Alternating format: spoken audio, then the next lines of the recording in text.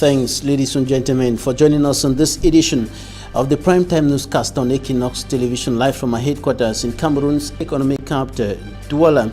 International pressure is mounting on the Cameroon government over the deepening Anglophone crisis and the arrest and detention of leaders of the Cameroon Renaissance Movement (CRM) political party, including the president of that party, Professor Maurice Kamto. The United States of America and the European Union have issued a statement condemning with strong terms the deepening socio-political crisis rocking the northwest, the southwest, and other parts of the country, and of course the detention of political leaders. They have called for the immediate liberation of Professor Maurice Kamto and the other leaders of the CRM political party, and one of the former members of the Cameroon government, Edgar Aleme Bengo, may be heading to the Kondengi maximum security prison in the nation's political capital, Yaoundé. He's been questioned at a special criminal court in Yaoundé over corruption charges, or better still, corruption allegations.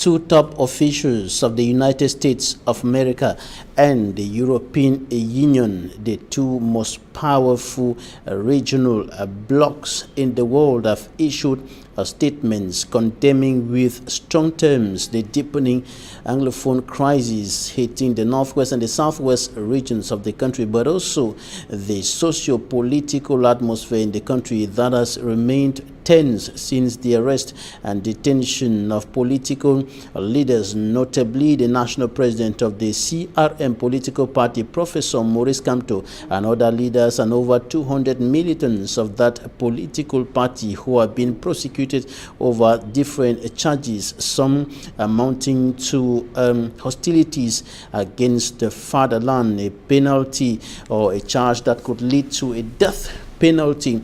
And the United States of America and the European Union have called for the liberation of Professor Maurice Kamto and the other leaders, as well as genuine dialogue to find a way out of the crisis hitting the country. EQUINOXE has more. On Tuesday, March the 4th, 2019, the U.S. Assistant Secretary of State for African Affairs made a declaration on Radio France International on current issues in Cameroon, including the deepening Anglophone crisis, plus the arrest and detention of opposition politicians like Professor Maurice Kamto of the CRM political party and his supporters. To Thibaut Nagy, who is monitoring the situation in the two English-speaking regions of the country, government of Cameroon is malhandling the socio-political crisis, making the wish for peace far-fetched. On March the 5th, a day after, the European Union, on its part, rattles the Bia's regime, demanding the release of Professor Maurice Kamto and dialogue with Anglophones. Federica Mogherini, the High Representative for Foreign Affairs and Security Policy of the European Union, said the EU is willing to support every initiative bordering on dialogue, which is the best answer to Cameroon's numerous political challenges. Addressing the Anglophone conflict, she said the persistent violence and human rights abuses in Anglophone Cameroon have created an unacceptable number of victims, as well as enormous human and material damages. This is one of the strongest statements made by the European Union since the birth of the Anglophone crisis, as well as the arrest of Professor Maurice Kamto and his supporters. Reacting on this double criticism received within 2 days, the government of Cameroon chose to react first to the statements of Thibaut Nagy, the U.S. Assistant Secretary of State for African Affairs. René Emmanuel Sadi, dismissing his declaration, said the Cameroon government preferred to detain Professor Maurice Kamto and his supporters for acts of common law, including insurrection, hostility against the fatherland, rebellion, and destruction of public properties, both in and out of Cameroon. Regarding the Anglophone crisis, the communication board said all the security measures taken by the government are up to date, consistent with international conventions on human rights, which provides exceptions when public order and peace are threatened. Meantime, Tibor Nagy, the U.S. Assistant Secretary of State for African Affairs, who is following the situation in Anglophone Cameroon, is expected in Cameroon before March ending for a working visit. He was one-time minister delegate at the presidency of the Republic of Cameroon in charge of defense. He was one-time minister of transport, and today Edgar Alain Mebengo is one step to the Kondengi maximum security prison in the nation's political capital Yaoundé, where several members of a government have been detained, and he's been questioned by judges at the Special Criminal Court in Yaoundé over charges of alleged bribery and mismanagement of funds and, of course, corruption. He has been before judges at the Special Criminal Court in Yaoundé since Tuesday. Smanji Kangebre. After Edgar Alain Mebengo was barred from leaving the country, since Tuesday, the former Minister of Defense and Transport has been before judges of the Special Criminal Court in Yaoundé to answer questions linked to bribery and corruption. The ex-defense minister Edgar Alain Mebengo, often believed to be the possible successor of the long-serving president Paul Biya, is being accused of bribery and corruption over the purchase of military equipment from Mark Force, a company that sells a full range of military clothing, equipment and vehicles. Also involved in the ongoing questioning in the faulty transaction is Mebengo's wife, Bernadette Mebengo, and their two sons. Bernadette Mebengo was questioned at her residence by officials from the Special Criminal Court, while his husband was in day 2 of his interrogation at the Special Criminal Court premises. Two top military officers, Colonel Ghislain Victor Mboutoum and Colonel Maxime Leonard Mbangue, and a certain Emmanuel Meunier, have also been remanded with the former defense minister for their alleged involvement in the scandalous deal. It is worth noting that after Tuesday's audience, Edgar Alain Mebengo slept at the Kondengi Maximum Prison in Yaoundé. The rector of the University of Douala is now seeking solutions to the teachers who have gone on strike, and the teachers have down their tools over poor working conditions. Take a listen to some of the teachers. They are members of the Higher Education Teachers Trade Union in Cameroon. Because of the condition of lecturers at the University of Douala. Because since 2 years we still negotiate with the administration, but with the little result. They offer us staff room for lecturers, but there is not any chair, there is not light, there is not water. And the strike is also concerning the financial aspect. When we used to go to the Yaoundé for the CPP and CCUE for the promotion of the lecturers. When we go there, we need to stay to hotel and feed ourselves. But we lecturers used to use our own money without the support of the university, knowing that for these two aspects, the university have to give a part just for the transportation or the accommodation. But until now, since 2 years, we went there without any accommodation coming from the university. We meet the dean of the different and the head of faculty of the different school. They say that the administration take 20 million for each school to ameliorate the condition of lecturers, but until now we don't have any amelioration. We can just have the Faculty of Science, the Faculty of Economic Science, who have a little amelioration, but Faculty of Letters and Faculty of Public Law, there is not any amelioration. It's lecturers who are trying to ameliorate the space they give to them.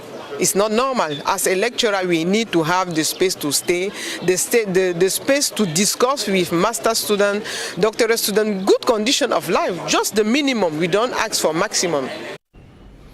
A member of the Higher Education Teachers Trade Union, the Douala chapter, speaking there on the crisis going on in that university, notably concerning the working conditions of lecturers. And Equinox Television equally spoke to the rector of that university, Professor Francois Xavier Etoile, and this is what he had to say about the situation.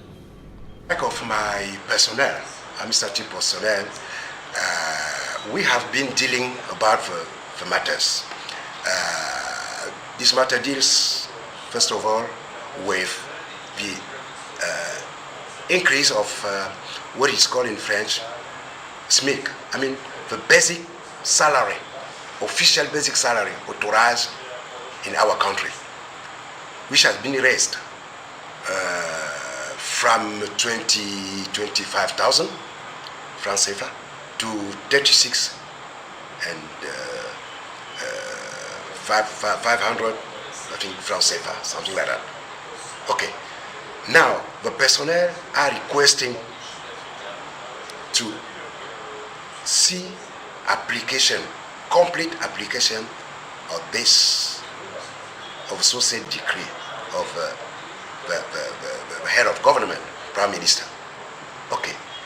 So we have done the necessary to upgrade the potential salary, which probably might be less than 36,000 francs CFA. So we have dealt with a problem, and you have no problem with that anymore today. But the second point of claims of my personnel was to say they were not concerned with the reduction of salaries made in 1993 by the government. They are claiming that they should not be included to those to be applied this reduction of salary. I said, okay, I don't know why you pretend that you are not concerned. Let me have document which will help me to help myself be at the same level of knowledge, of information like you. And when we met last month, 28th of February, we did agree that they will come and hand over to me documents which will help understanding what is going about. And since I have committed a special committee in charge of examining and proposing. The rector of the University of Douala, Professor Francois Xavier, was speaking there, and the lecturers of that university are on a 3-day strike action. And of course, the support staff of that university are equally on a strike action, as well as support staff of the other 7 state universities in the Republic of Cameroon. On to something else now. We go over to the Northwest Regional Capital, Bamenda, to talk about the devastating consequences of the poor hygienic state of that town on human beings and on the environment. Mustela spoke to an environmentalist and compiled this report. The company charged with keeping the city of Bamenda off garbage has reportedly started work after their activities were allegedly suspended between January 19th and February 16, 2019. This comes few days after a team of reporters from Equinoxe Television went to the field and painted a picture of the deplorable nature of the town as garbage was being left to decompose. Since January 2019, when inhabitants of Bamenda started complaining of different health conditions caused by the stench, flies and maggots as a result of the decomposing garbage. Nothing was done to remedy the situation until the start of February 2019, when Defense and Security Forces cleared some streets of the waste. The sigh of relief was short-lived as in no distant time, traffic along the markets, major streets and road junctions were caused by garbage dumped almost everywhere. In the midst of the confusion, inhabitants have resigned to fate. We are not happy to see the garbage here. Very bad. I'm confused and I don't really know what happened. They are calling on the garbage disposal company to hasten their activities as their health and businesses are at risk. We plead on them to come back. We don't know what is wrong. I sell food here, but my customers run away because the garbage stinks. As at now, the garbage disposal company is yet to respond to a promised interview to EQUINOXE television in order to enlighten city dwellers. At press time, their workers have been spotted along the food market, cleaning the overflowing garbage and dumping in the cans at the same spot. City dwellers have continued to hope that the garbage disposal company will sit up and rescue them from the risks that comes with staying with decomposing garbage.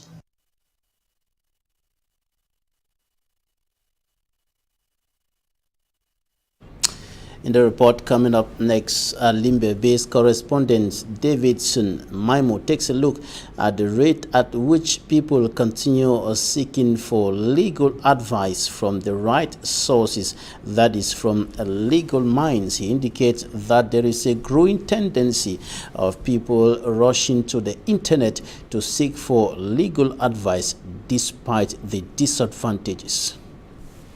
With the introduction of the internet and the social media, the phenomenon of persons seeking legal advice from lawyers is gradually dying out.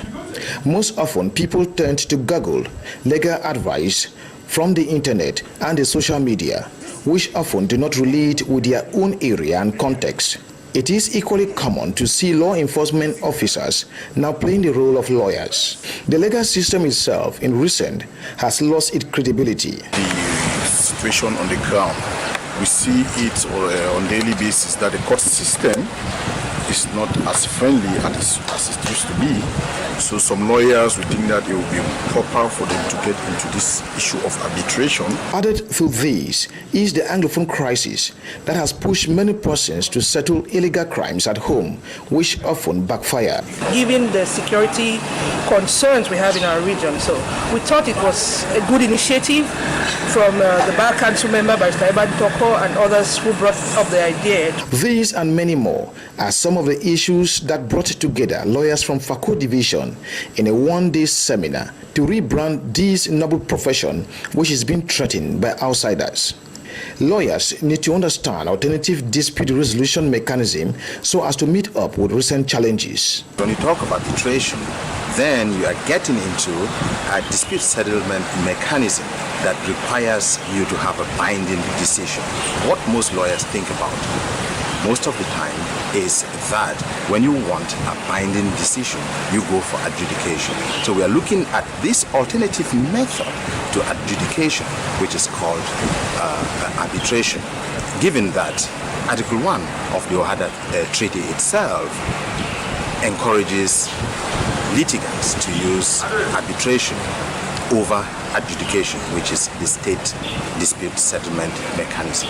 The seminar was organized by the Association of Hope, Peace and Sustainable Development, a non-governmental organization based in Limbe.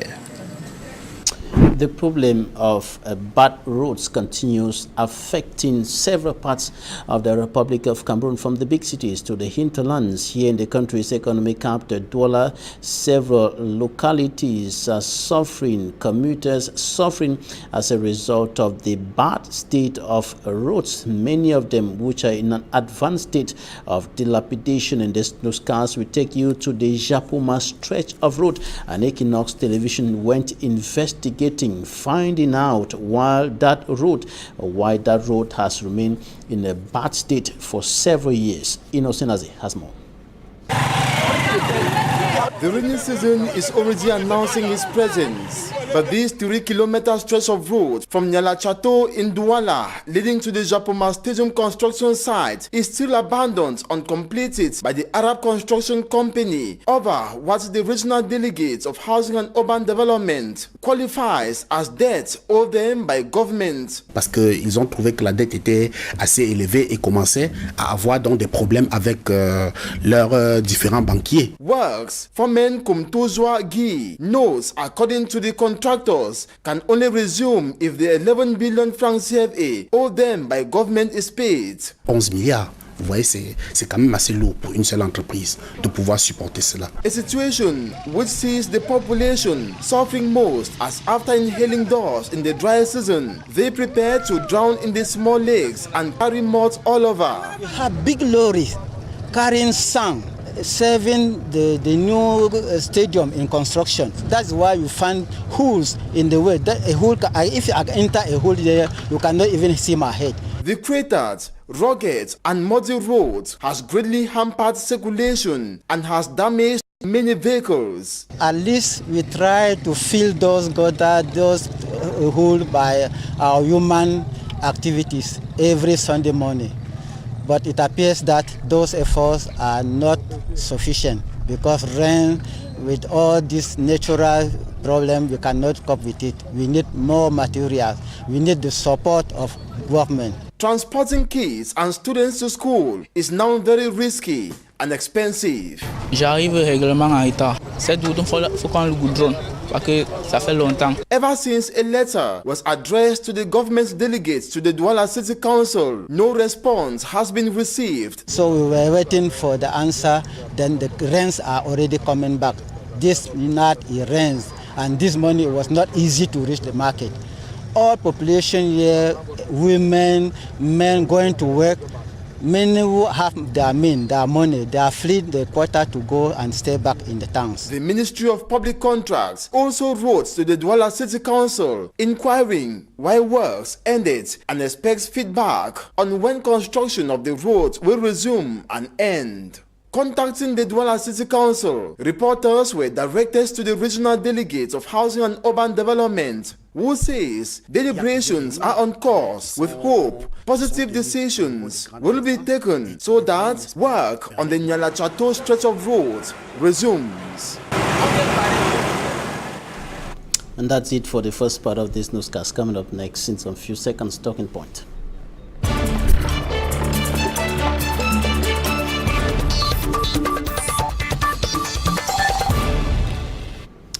We are welcoming a political analyst, Ako John Ako. You're welcome. Yeah, the pleasure is mine. You must have read through the statements made by the top officials of the United States of America and the European Union concerning the situation in the northwest and southwest regions of the country, as well as the detention of Professor Maurice Kamto and the other leaders of the CRM political party. When you read through that statement, what could you analyze within the lines? Yeah, we just imagine that the United States and the European Union have had time most often to work as allies, and this is what they have done again now, coming after weeks of arrest of Maurice Kamto and his group and the deteriorating situation in the two English region of Cameroon.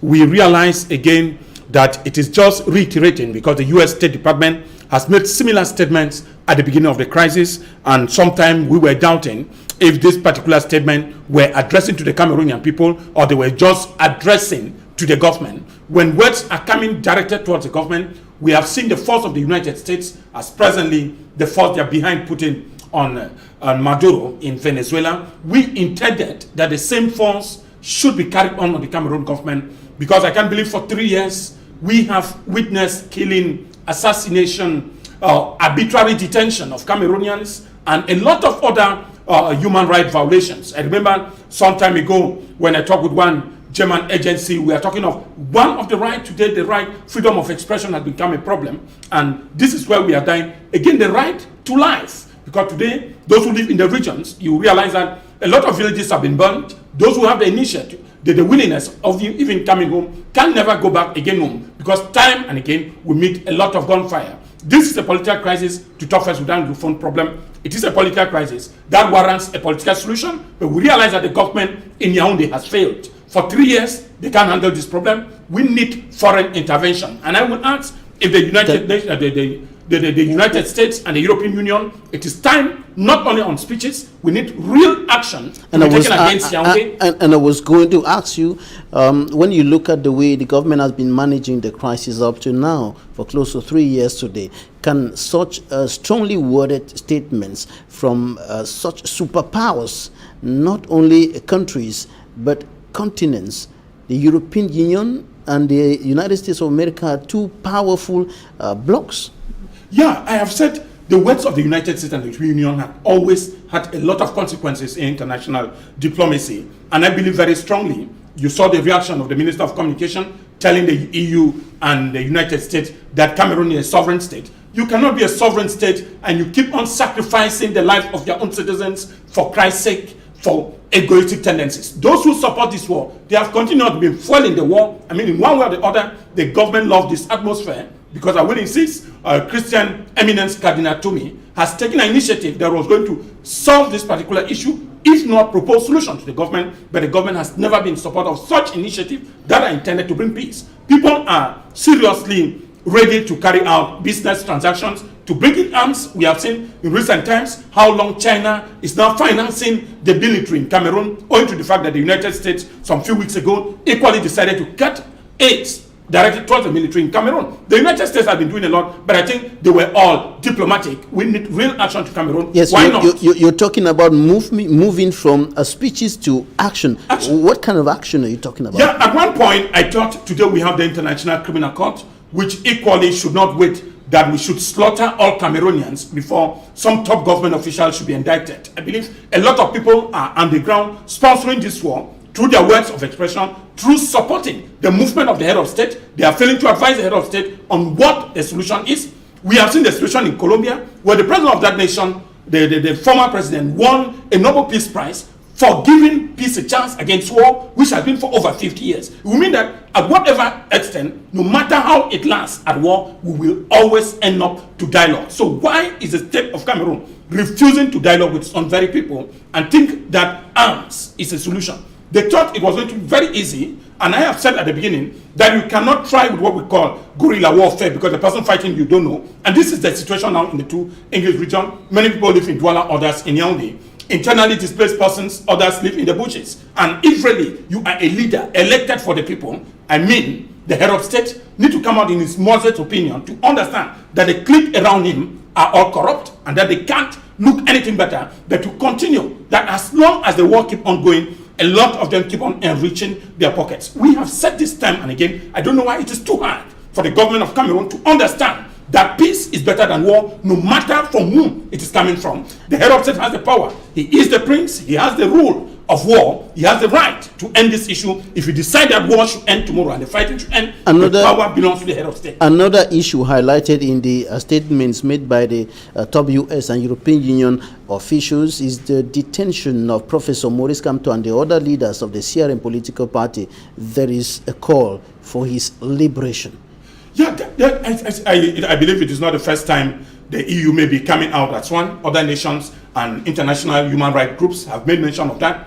The arrest of Professor Maurice Kamto and his group, you can't arrest a whole political party plus his bureau to prison in an atmosphere of solving a crisis. We remember on the 26th of February, a lot of people protested throughout the world, members of the MRC party, yes, but I think criminal responsibility is individual.